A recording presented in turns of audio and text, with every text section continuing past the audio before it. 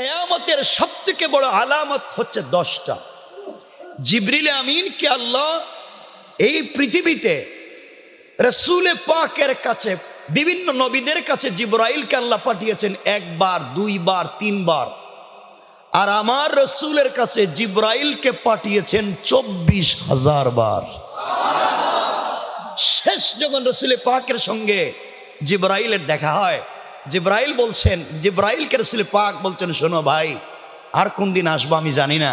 জিবরাইল বলছেন, আর কোনোদিন আসবই না। তখন বলছেন, আমার মন চায় আমার পরে কি আর কোনোদিন পৃথিবীতে আসবা? জিবরিল আমিন বলছেন, ইয়া রাসূলুল্লাহ, আমি জানি না, আল্লাহর কাছে জিজ্ঞাসা করি। আল্লাহর কাছে জিজ্ঞাসা করলেন।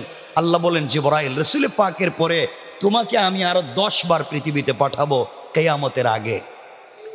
জিবরিল আমিন এসে রাসূলে পাককে বলছেন, ইয়া রাসূলুল্লাহ, আপনার ইন্তেকালের পরে আমি আর 10 বার পৃথিবীতে যাব।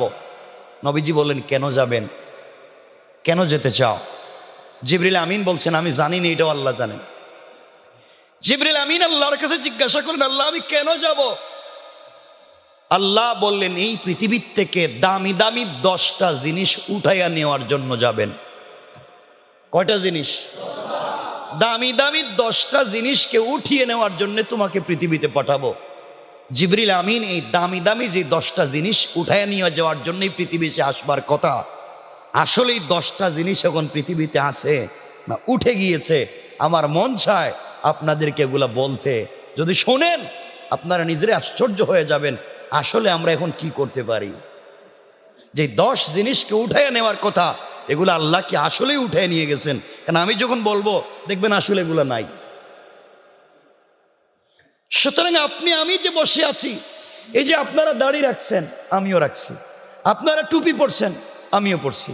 আপনারা পাঞ্জাবি পরছেন, আমিও পরছি। আপনাদের তসবিহ আছে, হয়তো আমার নাই। তো আমরা হয়তো এগুলা নিয়ে বসে রয়েছি ভাবভঙ্গি ধরে জান্নাতে যাওয়ার জন্য। আসলে জান্নাতে যাওয়ার জন্য ভাবভঙ্গির কোনো দরকার নাই।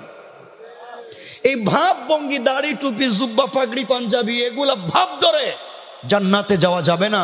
যদি দিলে আল্লাহর তাওহীদ আর রাসূলের ভালোবাসা না থাকে, এই পোশাকই আপনাকে জান্নাতে নিবে না।